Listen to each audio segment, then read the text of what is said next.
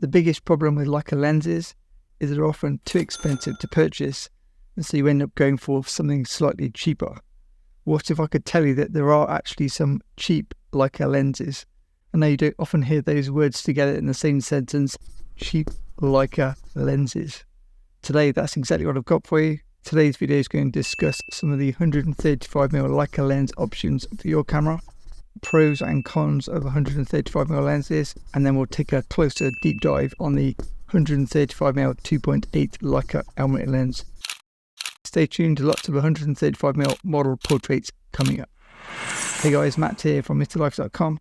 So following my last video when we spoke about the $4,500 brand new Leica Sumlux 51.4 spherical lens, and a few people actually commented who can actually afford these super expensive Leica lenses.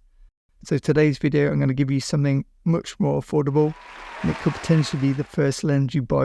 If like me you spent all your money on your Leica M camera, or say like an SL camera, or even a CL camera, you then might be going on eBay searching for cheap Leica lens. At first, Leica lenses look expensive, but as soon as you start doing a bit of digging, there are a few focal lengths that are often much cheaper than all the other ones. One more affordable focal length for Leica is 135mm, and my first Leica lens was indeed a 135mm Leica Elmarit. If you go on eBay, I can put some links below if you're searching, you're going to see three names crop up quite often. If you see the word Elmarit, that normally refers to a 2.8 maximum aperture lens. If you see the word Elmar, or say Tele Elmar, that normally refers to a maximum aperture of f4. And if you see Hector, that's an older lens, and that's maximum aperture of f4.5.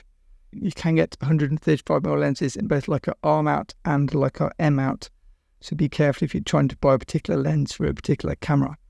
The good news is if you use Leica M cameras with a VisoFlex, you can use a Leica R lens via a Leica M to Leica R adapter. I use NovaFlex and they're really good. I can put a link below if you need an adapter. If you use Leica SL cameras, again, you can use M lenses and R lenses, so it's amazing. And then if you use film, obviously, if you're shooting a Leica R film camera, you need to only use Leica R lenses. You can't use M lenses on an R camera. That's one question I receive a lot. And if you use a Leica M camera, you can mount Leica R lenses, but you can't focus them very easily, and definitely not 135mm. So with that, if you're shooting digital, you can shoot M or R 135mm lenses. Let's now look at the pros and cons of shooting with a 135mm focal length lens. First, the pros. In the case of Leica, 135mm lenses are much cheaper than most other focal lengths. 135mm is amazing for portraits, especially headshots and half-body shots. You get really nice shallow depth of field on bokeh, as seen in these photos. 135mm and longer lenses are really nice for compression. They kind of bring your background closer to your subject and basically flatten the whole image. This is again why they're very nice for portraits, because they flatten the facial features, and so someone would say a long nose sees their nose less in the pictures. So if you've got a model that hates their nose, use a 135mm lens and they're pretty much going to love you once you've shown them the pictures. But what about the cons? They're not completely perfect lenses. Number one, 135mm lenses are generally bigger and heavier than shorter focal lengths. 135mm lenses are not a great experience on a Leica M camera if using a rangefinder, because the rangefinder patch is so small in the center.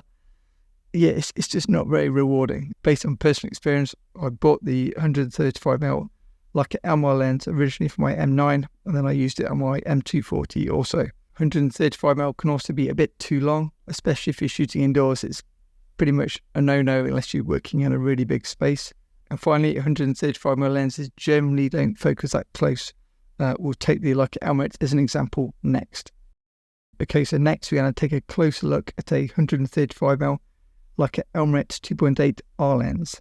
As you can see here, this is one of the cheapest Leica R lenses you can get, and on an SL or M with VisoFlex, you can use it for taking amazing portraits.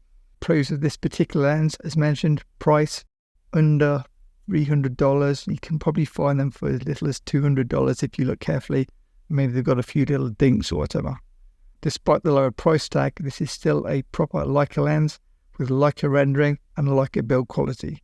The Elmarit has a really nice telescopic pull-in pull-out lens hood, all metal and glass, super smooth like any other Leica lens. And when it comes to photos, being 135mm 2.8, you can get really nice bokeh and also minimum vignetting for anybody that doesn't like vignetting. Generally speaking, longer lenses have less vignetting anyway. Is this lens the best lens ever made? Is it completely perfect? Well, actually, no, as you can probably tell from the price. First, it's got a minimum focus distance of 1.5 meters or around 5 feet, which isn't that close. It's got a pretty long focus throw of probably 200 degrees maybe. A long focus throw is great for precision focusing, such as with a 135mm lens, but less ideal if you're trying to go from, say, close focus to infinity to grab some quick shot. This is a pretty weighty big lens. It weighs 730 grams, around 25.7 ounces. And size-wise, here's a 90 2.8 Elmarit, 135 2.8 Elmarit. You can see the size difference. In real-world use, if you're shooting towards a bright subject, the 135mm Elmarit R can flare, as seen in these photos. It's not terrible, but the veiling flare will reduce your contrast in your images. So in summary, can I recommend 135mm lenses for Leica cameras? I would say yes, especially if you shoot outside. I think for outdoor portraits, the 135mm is excellent.